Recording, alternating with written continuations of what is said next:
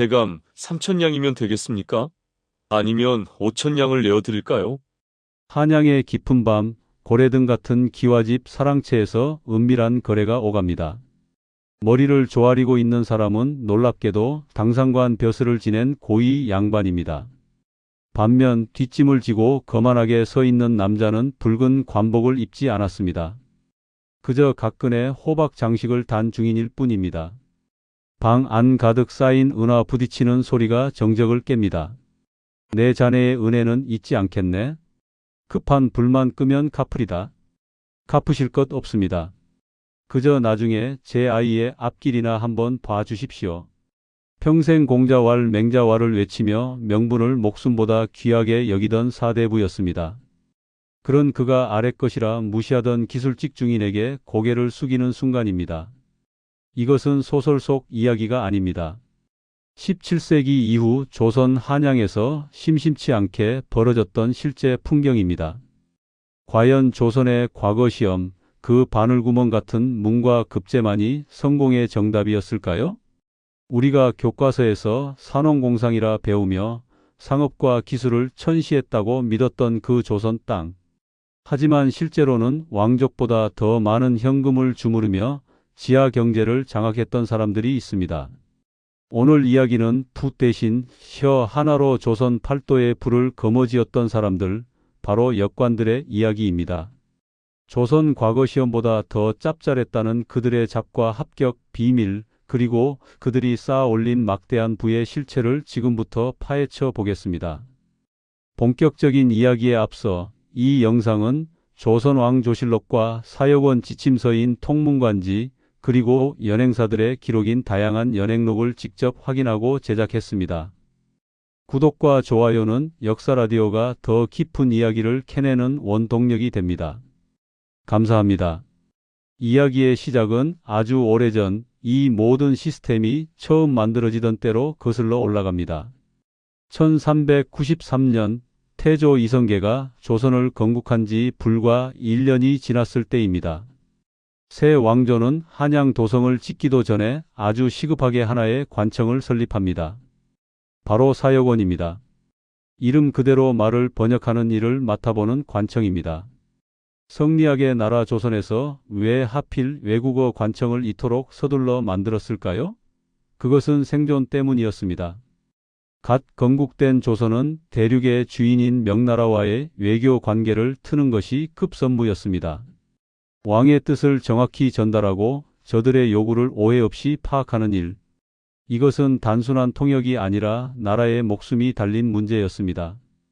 게다가 남쪽으로는 왜구와 일본이, 북쪽으로는 여진족이 시시각각 국경을 위협했습니다. 칼을 든 장수만큼이나 혀를 가진 통역관이 절실했던 시대였습니다. 하지만 이 중요한 일을 맡은 사람들의 대우는 참으로 묘했습니다. 조선의 지배층인 양반 사대부들은 외국어를 배우려 하지 않았습니다. 그들에게 학문이란 우주의 이치와 인간의 도리를 깨우치는 성리학뿐이었습니다. 남의 나라 말을 앵무새처럼 옮기는 일은 기능이자 기술일 뿐 고귀한 선비가 할 짓이 아니라고 여겼습니다. 글을 읽어 성인이 되어야지 혀를 놀려 이익을 쫓아서야 쓰겠느냐. 이런 사회적 분위기 속에서 사여권의 문을 두드린 사람들은 따로 있었습니다. 바로 양반첩의 자식인 서월 혹은 대대로 기술직에 종사해온 중인 계급이었습니다. 양반도 아니고 상민도 아닌 그 어정쩡한 경계선에 있던 사람들입니다. 그들에게는 문과 시험을 볼 자격이 주어지지 않거나 혹여 급제한다 해도 높은 벼슬로 올라갈 수 있는 한품소용이라는 유리천장이 존재했습니다. 신분제라는 거대한 벽 앞에서 그들이 선택할 수 있는 길은 많지 않았습니다. 농사를 짓자니 몸이 고되고 장사를 하자니 천하다 손가락질 받았습니다. 그때 그들의 눈에 들어온 것이 바로 잡과였습니다. 문과, 무과와 달리 기술관을 뽑는 시험입니다. 의술을 다루는 의과, 법률을 다루는 율과, 그리고 외국어를 다루는 역과가 있었습니다. 그 중에서도 역과는 단연 돋보이는 선택지였습니다. 조선 전기까지만 해도 그저 나랏밥 먹는 실무자 정도였던 그들의 위상은 임진왜란과 병자호란이라는 두 번의 거대한 전쟁을 거치며 급변하기 시작합니다. 전쟁터에서 명나라 장수와 조선의 왕 사이를 오가며 단판을 찍고 청나라 진영에 들어가 적의 동태를 살피고 돌아오는 일. 이것은 문과 급제한 선비들이 할 수 있는 일이 아니었습니다. 오직 오랑캐 말이라며 천시받던 그 외국어를 익힌 역관들만이 할 수 있는 일이었습니다.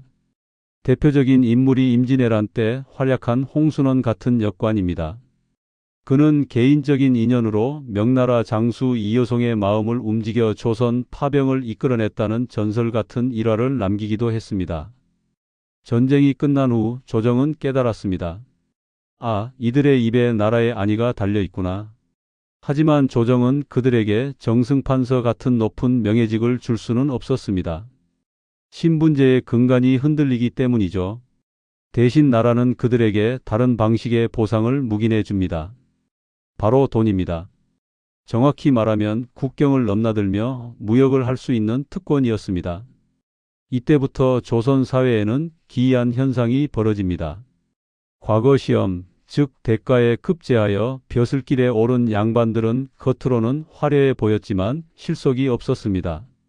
한양의 살인적인 물가, 가문의 체면을 유지하기 위해 들어가는 제사 비용, 손님 접대비, 녹봉월급만으로는 도저히 감당이 안 되어 빚더미에 앉는 양반들이 속출했습니다.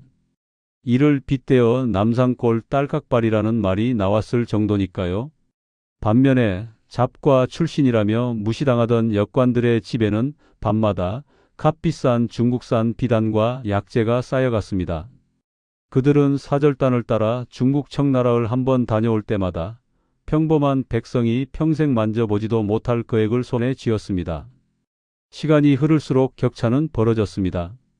배고픈 양반은 자존심을 꺾고 역관에게 돈을 빌리러 갔고 역관은 그 돈으로 양반의 위세를 샀습니다.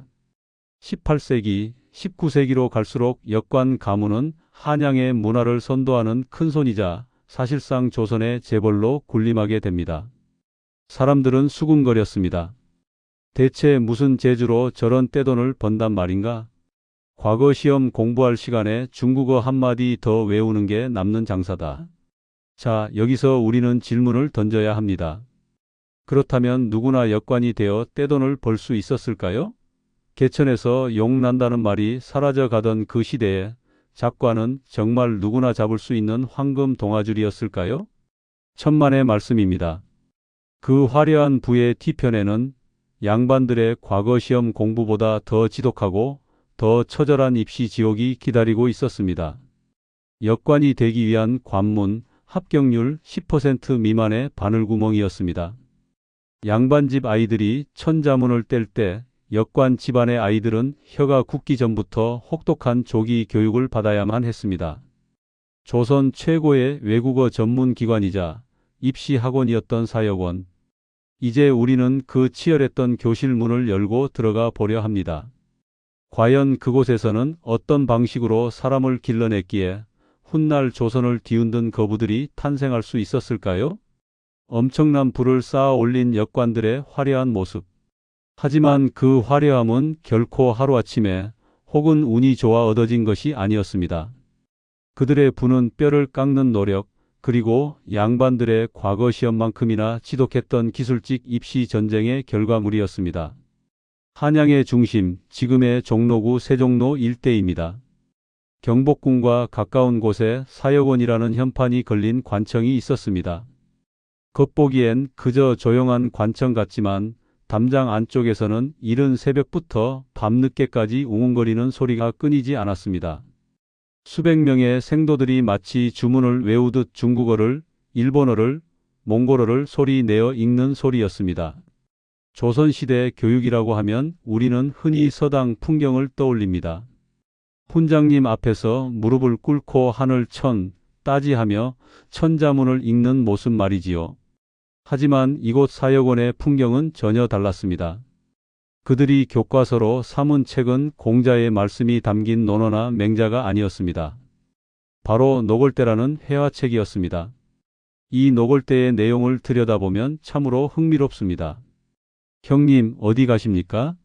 말을 팔러 북경에 갑니다. 말값은 얼마나 받으시렵니까? 철학이나 도덕 이야기는 한 줄도 없습니다. 오로지 장사하는 법, 흥정하는 법, 여관 잡는 법, 길 묻는 법 등 철저하게 비즈니스 실무 회화로 가득 차 있습니다. 양반들이 방 안에 앉아 우주의 이치를 논하며 형이상학적인 공부를 할 때였습니다. 역관 지망생들은 시장 바닥에서 살아남는 법, 즉 돈 버는 언어를 배우고 있었던 겁니다. 이것이 무엇을 의미할까요? 훗날 이들이 무역으로 거부가 된 것은 우연이 아니었습니다. 교과서부터가 이미 그들을 상인으로 길러내고 있었던 셈입니다.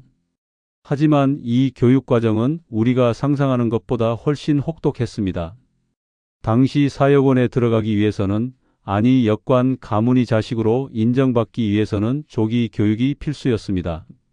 요즘 강남의 영어 유치원 열풍이 뜨겁다고 하지만 조선시대 역관 가문의 외국어 교육열은 그 이상이었습니다. 보통 10살 전후가 되면 본격적인 학습이 시작됩니다. 혀가 굳기 전에 중국어 성조를 익혀야 했기 때문입니다. 역관 가문의 아버지는 엄격한 스승이 되었습니다. 아들이 밥을 먹을 때도 잠자리에 들 때도 중국어로 말을 걸었습니다. 발음이 조금이라도 틀리면 불호령이 떨어졌습니다. 왜 이렇게까지 했을까요? 그들에게는 이잡과 합격이 아니면 신분 상승의 사다리가 전혀 없었기 때문입니다. 대부분의 역관 지망생은 중인 계급이거나 양반의 서자 출신들이었습니다. 아무리 머리가 좋고 재주가 뛰어나도 소용없었습니다. 문과 시험을 통해 정승판서가 되는 길은 법적으로 혹은 관습적으로 막혀 있었습니다. 그들에게 허락된 유일한 성공의 길은 오직 기술직 시험인 잡과 뿐이었습니다. 여기서 떨어지면 너는 그저 그런 아전으로 평생 남의 눈치나 보며 살아야 한다. 이 절박함이 어린아이들을 사역원으로 그리고 끝없는 암기지옥으로 몰아넣었습니다. 드디어 결전의 날, 3년마다 돌아오는 정기시험인 식년시가 열립니다. 잡과 시험장은 문과 시험장과는 분위기가 사뭇 달랐습니다. 문과가 시를 짓고 문장을 쓰는 필기시험 위주였다면 역과는 철저한 구술면접 중심이었습니다. 시험관 앞에 선 응시생은 노골대나 박통사 같은 교재를 손에 쥐지 않았습니다. 책을 덮는 것을 넘어 아예 시험관에게 등을 돌리고 앉아야 했습니다. 이를 배강이라고 합니다. 등을 돌리고 줄줄 외운다는 뜻입니다. 단순히 외우는 것뿐만이 아니었습니다. 시험관이 무작위로 한 문장을 던지면 그 자리에서 즉시 우리말로 번역해야 했습니다. 반대로 우리말을 던지면 즉각 외국어로 바꿔 말해야 했습니다. 조금이라도 머뭇거리거나 중국어 성조가 틀리면 가차없이 탈락이었습니다. 경쟁률은 어땠을까요? 가장 인기가 많았던 중국어 전공, 즉 한학의 경우 한 번 시험에 뽑는 인원은 고작 19명 남짓이었습니다. 전국의 수재들이, 그것도 대대로 외국어만 파고든 집안의 자제들이 이 19명 안에 들기 위해 박 터지게 싸웠습니다. 제목에서 던졌던 질문, 과거 시험보다 더 짭짤했을까? 에 대한 답이 서서히 보이기 시작합니다. 그 짭짤한 열매를 먹기 위해 치러야 했던 경쟁의 강도는 결코 문과 시험에 뒤지지 않았습니다. 오히려 말이라는 것은 실수하기 더 쉽고 임기응변이 필요했기에 피를 말리는 긴장의 연속이었습니다. 특히 17세기 이후 청나라와의 관계가 중요해지면서 역관의 인기가 치솟자 상황은 더 치열해집니다. 몰락한 양반들까지 체면을 버리고 이잡과 시험에 기웃거리기 시작한 겁니다. 경쟁은 더욱 뜨거워졌고 합격증인 100패를 손에 쥐는 것은 가문의 영광이자 부의 보증수표를 얻는 것과 같았습니다. 이 합격증만 있으면 떵떵거리는 양반들 앞에서 기죽지 않고 살 수 있었습니다. 아니, 오히려 그들을 돈으로 부리는 위치에 오를 수도 있었습니다. 그러니 부모들은 논밭을 팔아서라도 자식에게 외국어 과외를 시켰습니다. 유능한 족집게 스승을 찾아 한양 바닥을 헤매기도 했습니다. 입시 지옥은 예나 지금이나 부모의 등골을 휘게 만드는 주범이었던 모양입니다. 그런데 말입니다. 여기서 우리는 한 가지 냉정한 현실을 마주해야 합니다. 그토록 힘들게 공부해서 수백 대 1의 경쟁을 뚫고 역관이 되었습니다. 이제 꽃길만 남았을까요? 떵떵거리며 돈을 세는 일만 남았을까요? 천만의 말씀입니다.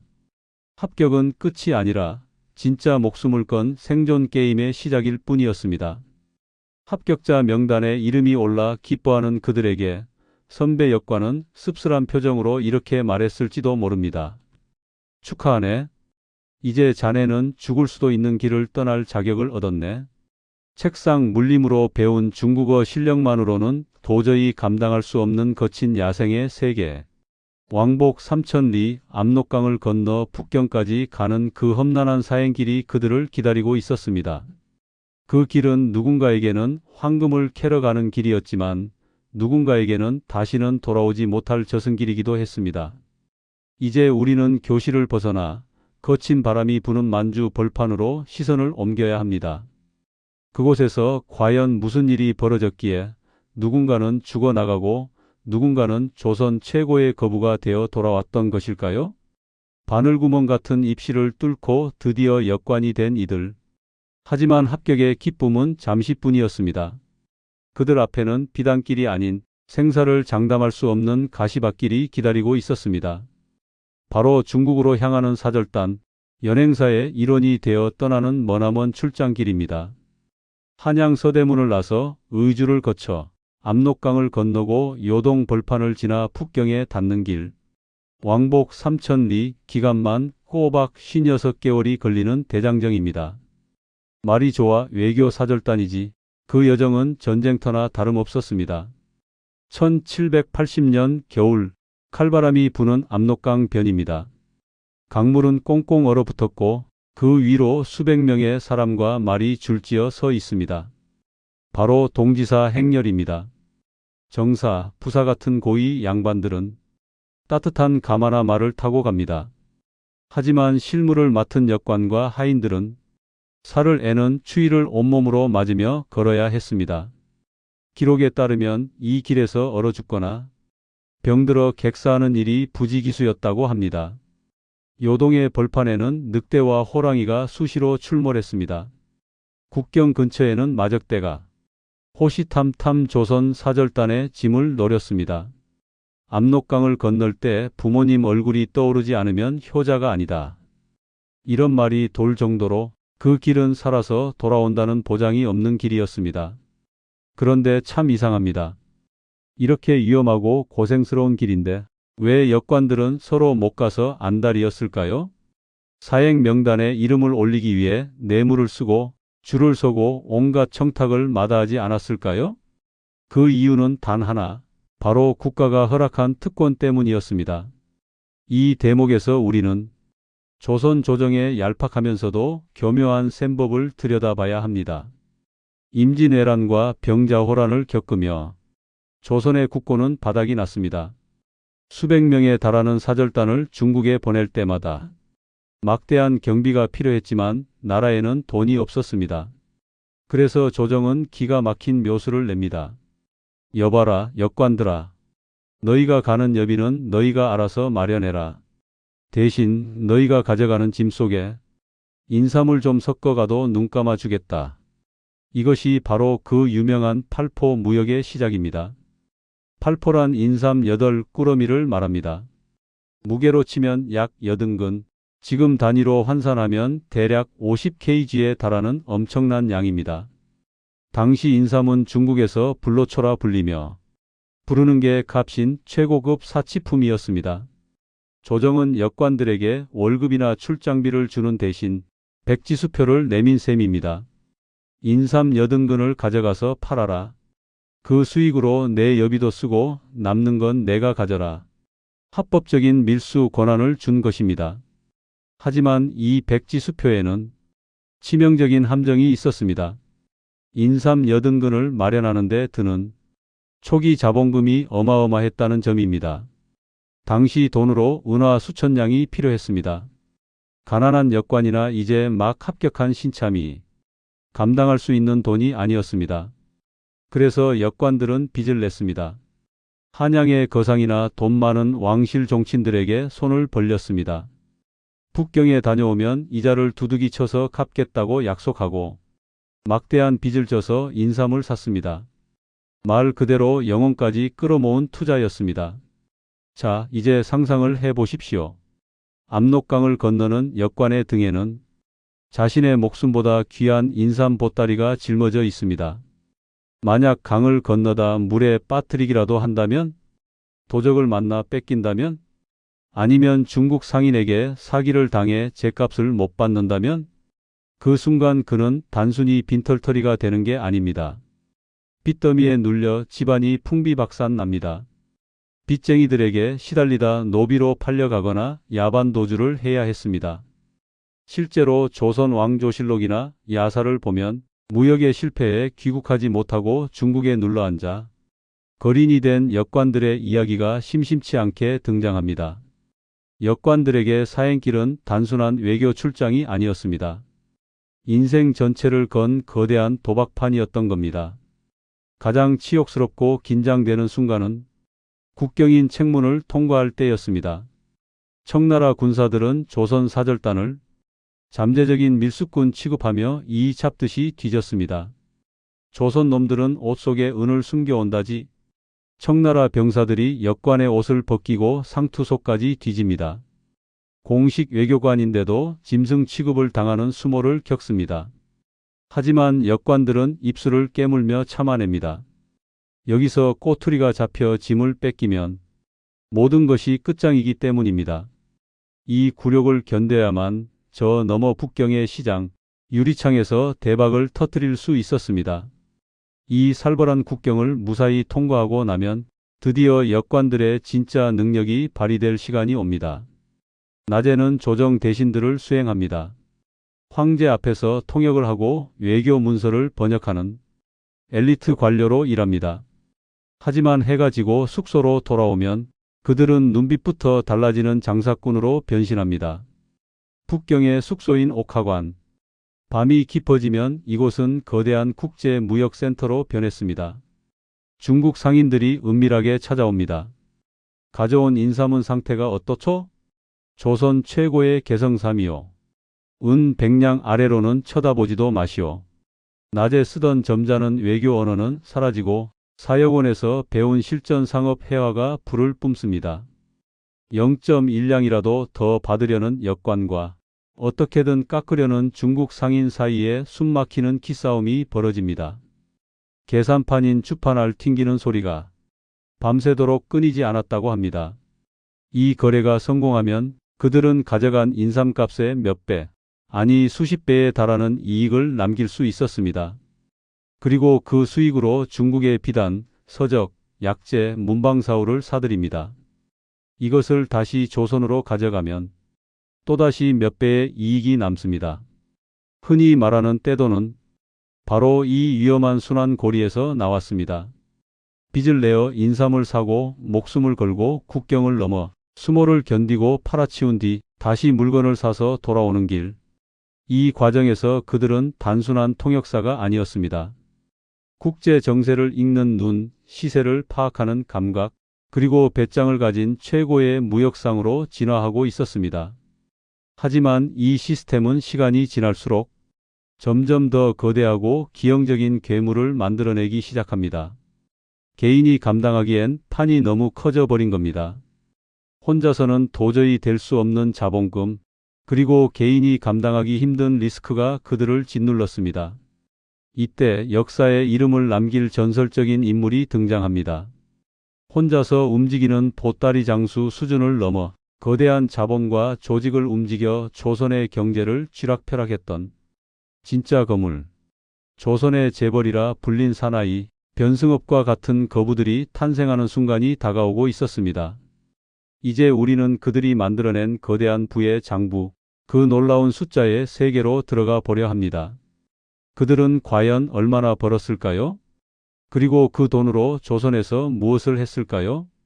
앞서 우리는 역관들이 목숨을 걸고 압록강을 건너는 처절한 사행길을 함께 했습니다. 얼어 죽을지도 도적에게 목이 달아날지도 모르는 그 위험한 도박판. 하지만 그들이 기를 쓰고 그 판에 뛰어든 이유는 단 하나였습니다. 살아 돌아오기만 하면 상상을 초월하는 보상이 기다리고 있었기 때문입니다. 자, 이제 주판을 튕겨볼 시간입니다. 제목에서 던졌던 질문, 과거 시험보다 더 짭짤했을까? 에 대한 진짜 대답을 내놓을 차례입니다. 결론부터 말씀드리면 짭짤한 수준이 아니었습니다. 그들은 조선이라는 국가 전체의 경제를 쥐락펴락할 만큼 천문학적인 돈을 벌어들였습니다. 혹시 학창시절 국어 시간에 배운 소설 허생전을 기억하십니까? 주인공 허생이 글만 읽다가 아내의 타박에 집을 뛰쳐나갑니다. 그리고 한양 제1의 부자를 찾아가서 돈 만냥을 턱하니 빌리는 장면이 나옵니다. 그때 허생에게 군말 없이 거금을 빌려준 그 한양 제1의 부자, 변부자. 소설 속에나 나올 법한 이 인물이 사실은 실존 인물을 모델로 했다는 것을 아시는지요? 그의 실제 이름은 변승업입니다. 숙종 때 활동했던 역관입니다. 그의 재산이 얼마나 많았는지 야사에는 그가 한양의 모든 돈줄을 쥐고 있었다고 전합니다. 심지어 나라에 급한 일이 생겨 돈이 필요하면 왕실조차도 변승업의 곳간을 쳐다봐야 했다는 말이 돌 정도였습니다. 양반들이 시를 짓고 명분을 논할 때 그는 현금, 즉 은화 수십만 양을 굴리는 조선의 금융 황제였습니다. 도대체 어떻게 일개 통역관이 나라보다 더 많은 현금을 가질 수 있었을까요? 단순히 인삼을 팔아서? 아닙니다.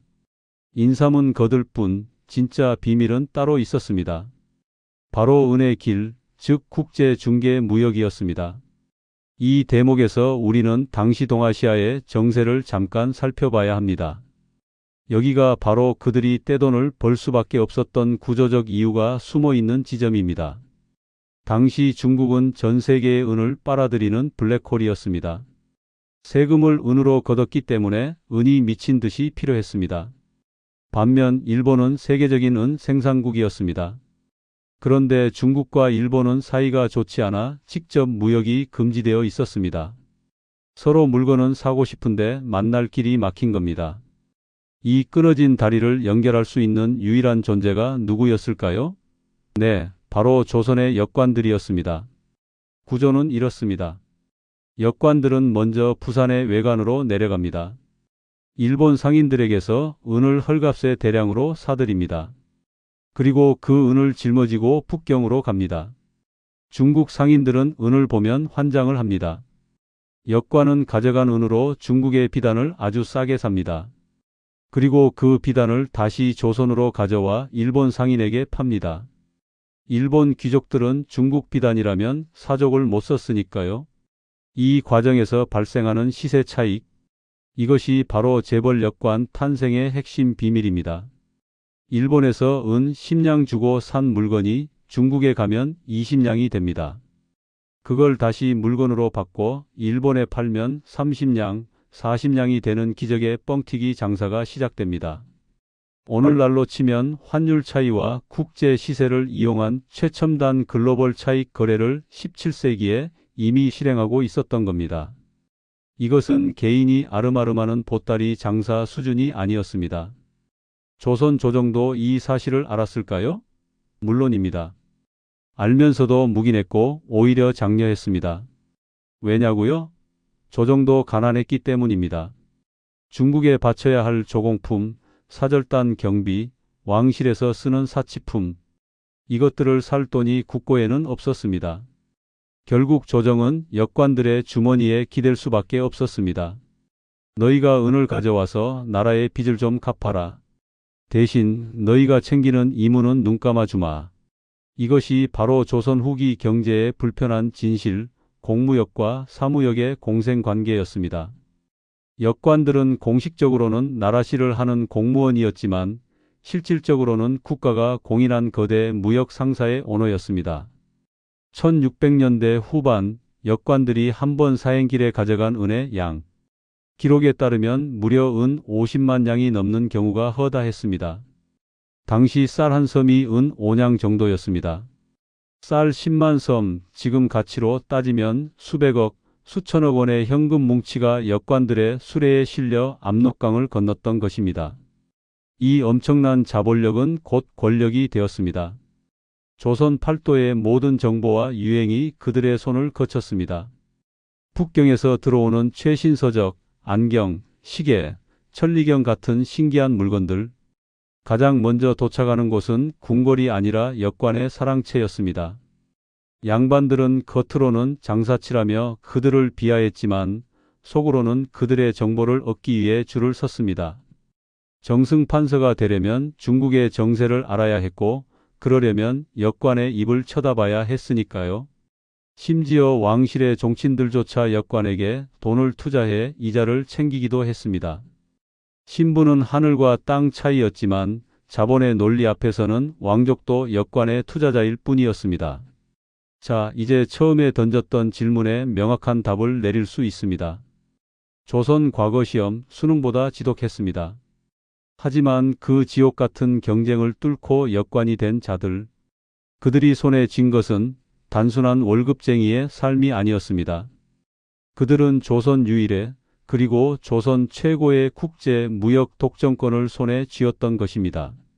문과 급제자가 명예를 얻을 때 잡과 합격자는 국가 경제의 심장을 움켜쥐었습니다. 하지만 빛이 강하면 그림자도 짙은 법입니다. 돈으로 성을 쌓을 만큼 부자가 된 그들, 왕족보다 더 화려한 옷을 입고 양반보다 더 맛있는 음식을 먹으며 살았습니다.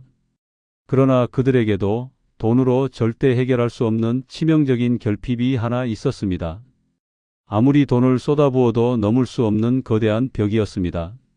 내까짓게 돈 좀 있다고 양반 행세를 하려 드느냐? 조선이라는 사회가 끝끝내 그들에게 허락하지 않았던 마지막 한 가지. 이제 돈으로도 살 수 없었던 그것을 얻기 위해 역관들은 자신들의 부를 아주 기상천외한 방식으로 쓰기 시작합니다. 그들의 화려한 소비 뒤에 감춰진 서글픈 욕망의 이야기.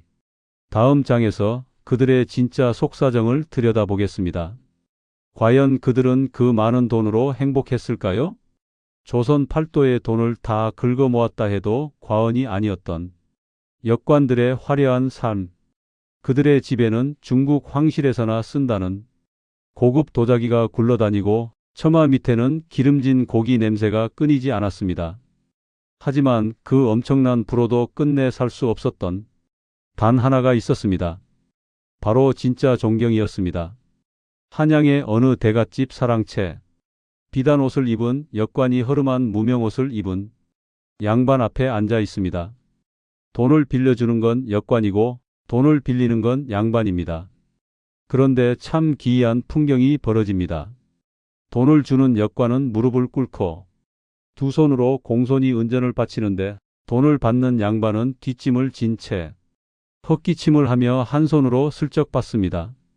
이보게 김역관, 자네 덕에 급한 불은 껐네만 어디 가서 내가 자네에게 돈을 꿨다는 말은 하지 말게나.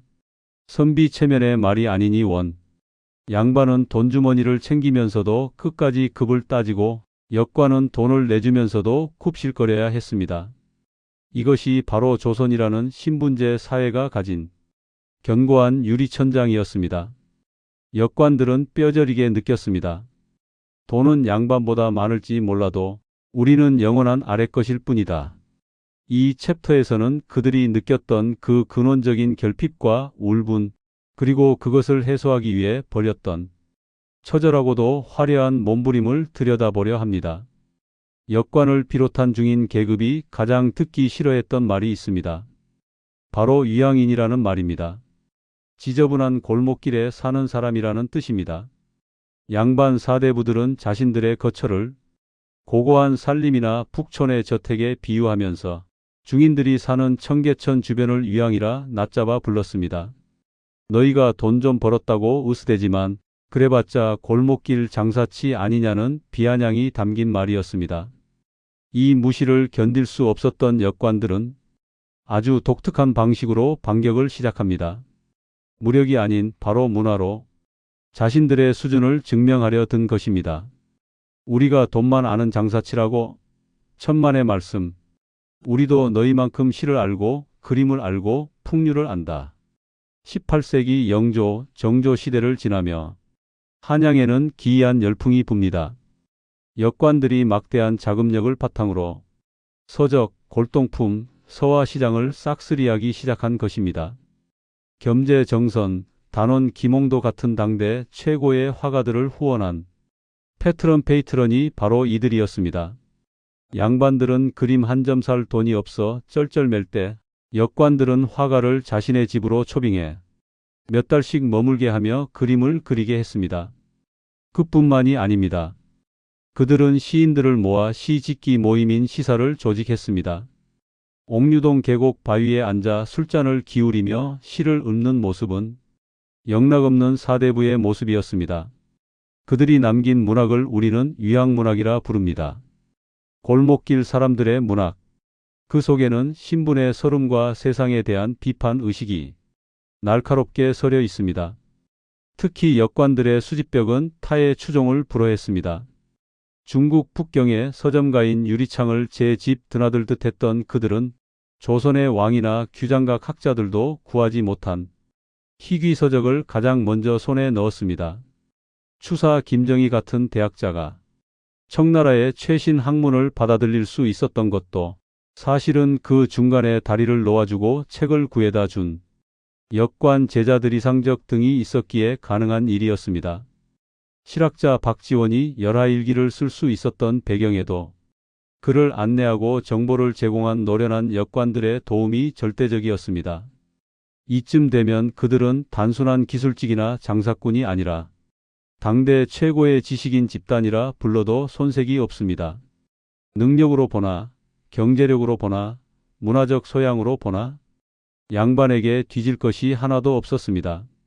하지만 조선의 시스템은 끝내 그들을 주류로 인정하지 않았습니다.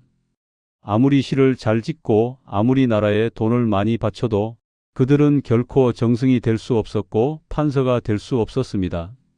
붉은 관복, 즉 당상관의 옷을 입는 것은 그들에게 평생의 한이었습니다. 여기서 우리는 오늘날의 현실과도 묘하게 닮은 씁쓸한 구조를 발견하게 됩니다.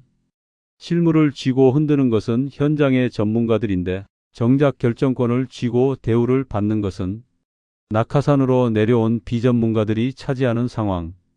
재주는 곰이 부리고 돈은 왕 서방이 받는다는 속담처럼 목숨 걸고 북경을 오가며 외교와 무역의 최전선을 뛰는 건 역관들인데 그 공로와 명예는 뒷짐지고 따라갔던 양반 사신들이 챙기는 구조.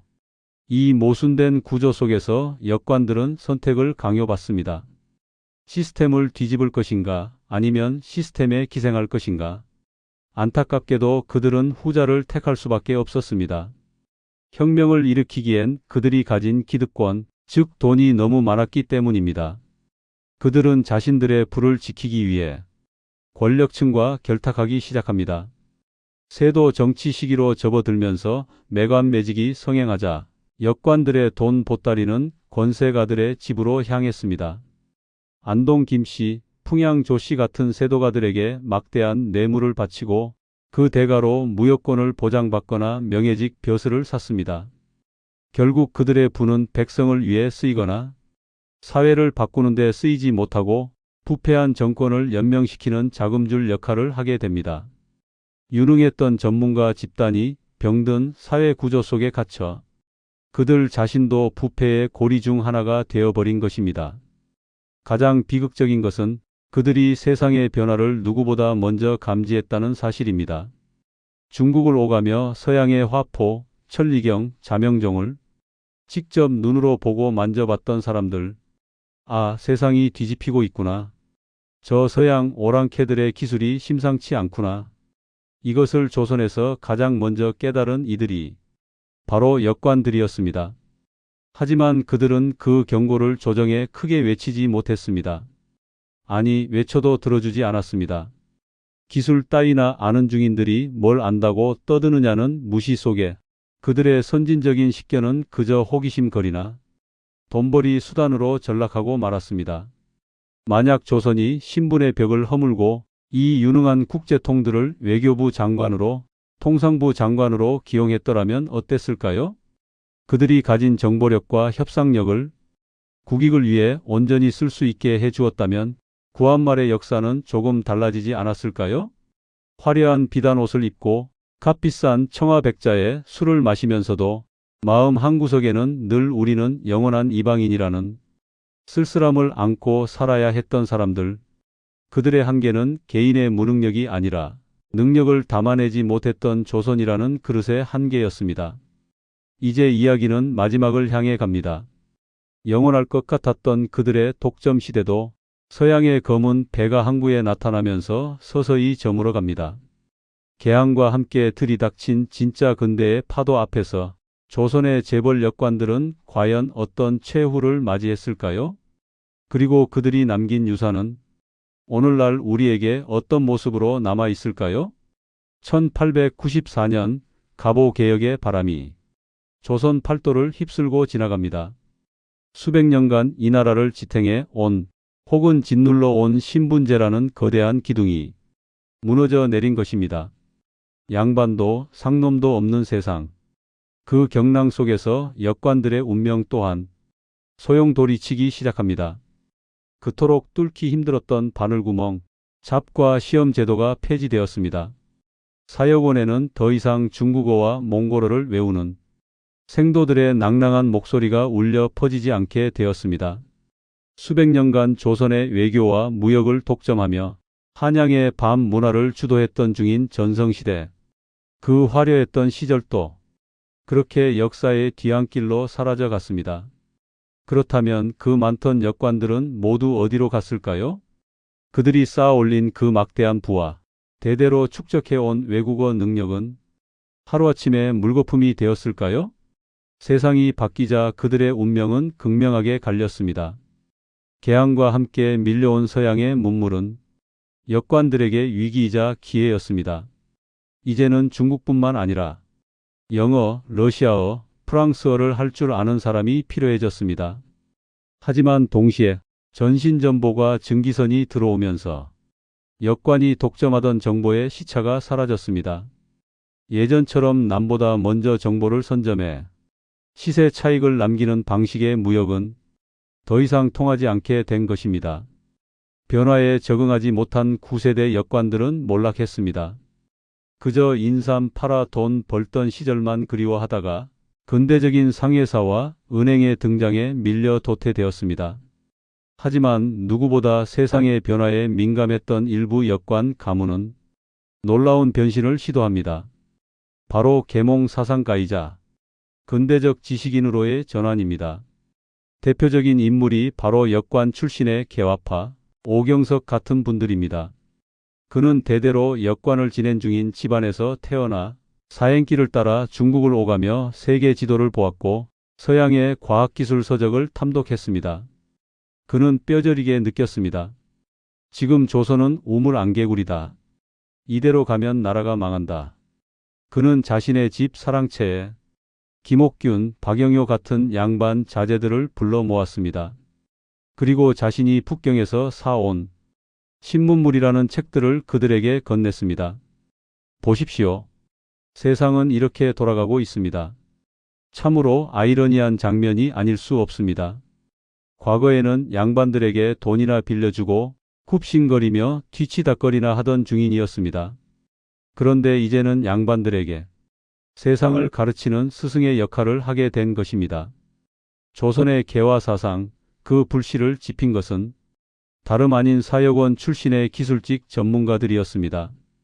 이처럼 역관들은 조선이 근대로 넘어가는 길목에서 결정적인 다리 역할을 했습니다. 비록 그들의 신분은 중인이라는 울타리에 갇혀 있었지만 그들의 시야는 왕보다 넓었고 정승판서보다 멀리 보았습니다.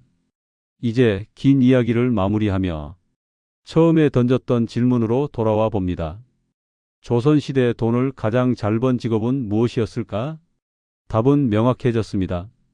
바로 역관이었습니다. 하지만 그들의 삶을 단순히 돈을 많이 벌었다는 한 줄로 요약하기에는 그들이 남긴 발자국이 너무나 깊고 복잡합니다. 그들은 증명해 보였습니다. 핏줄과 가문이 모든 것을 결정하던 사회에서 오직 자신의 기술과 실력만으로도 세상의 중심에 설 수 있다는 것을 말입니다. 양반들이 공자왈 맹자왈 명분을 찾을 때 그들은 살아있는 언어를 익히고 실질적인 부를 창출하며 조선 사회의 숨통을 틔웠습니다. 어쩌면 오늘날 우리가 그토록 강조하는 전문가의 시초가 바로 그들이었을지도 모릅니다. 의사, 변호사, 통번역사, 회계사. 오늘날 대한민국은 자격증과 전문 지식을 가진 사람들이 대우받는 사회가 되었습니다. 부모들이 자식에게 영어 단어 하나라도 더 가르치려 하고 전문직이 되라며 밤늦게까지 학원으로 돌리는 모습. 흡사 300년 전 사역원 입시를 준비하던 역관 가문의 풍경과 놀랍도록 닮아 있습니다. 기술이 있어야 먹고 산다. 외국어를 해야 출세한다. 이 오래된 명제는 조선시대나 지금이나 변함없는 생존의 법칙인 듯합니다. 하지만 동시에 씁쓸한 교훈도 함께 남깁니다. 조선은 그 유능한 인재들을 끝내 기술자로만 취급했습니다. 그들의 능력을 국정 운영의 중심에 두지 않고 그저 통역 기계나 돈줄로만 이용하려 했습니다. 만약 조선이 신분의 벽을 조금 더 일찍 허물고 이 국제통들을 외교부 장관으로 앉혀서 조선의 방향키를 잡게 했더라면 어땠을까요? 19세기의 비극적인 결말은 조금 달라지지 않았을까요? 실무를 가장 잘 아는 사람은 현장에 있는데 결정은 책상 물림들이 내리는 답답한 상황. 이것이 비단 500년 전 조선만의 이야기일까요? 오늘날 우리의 회사, 조직, 사회에서도 여전히 반복되고 있는 모습은 아닌지 조용히 돌아보게 됩니다. 여러분이라면 그 시절 어떤 선택을 하셨겠습니까? 굶주려도 명예를 지키는 남산골 샌님으로 사시겠습니까? 아니면 손가락질을 받더라도 실속을 챙기며 세상을 넓게 보는 역관으로 사시겠습니까? 역사는 정답을 주지 않습니다. 다만 그들이 걸어간 길을 보여주며 우리에게 질문을 던질 뿐입니다. 오늘 이야기는 여기까지입니다. 치열했던 조선의 전문직 역관들의 삶이 오늘을 사는 여러분께도 작은 위로와 통찰이 되었기를 바랍니다. 오늘 하루도 정말 고생 많으셨습니다. 여러분의 고된 하루 끝에 역사라디오가 편안한 휴식처가 되었기를 바랍니다. 이 영상이 유익했다면 구독과 좋아요, 알림 설정 한 번씩 부탁드립니다. 주변의 역사 이야기를 좋아하는 분들께 공유해 주신다면 더 큰 힘이 됩니다. 댓글로 오늘 이야기 중 가장 인상 깊었던 장면이나 여러분이 생각하는 진정한 성공은 무엇인지 남겨주세요. 지금까지 역사라디오였습니다. 감사합니다.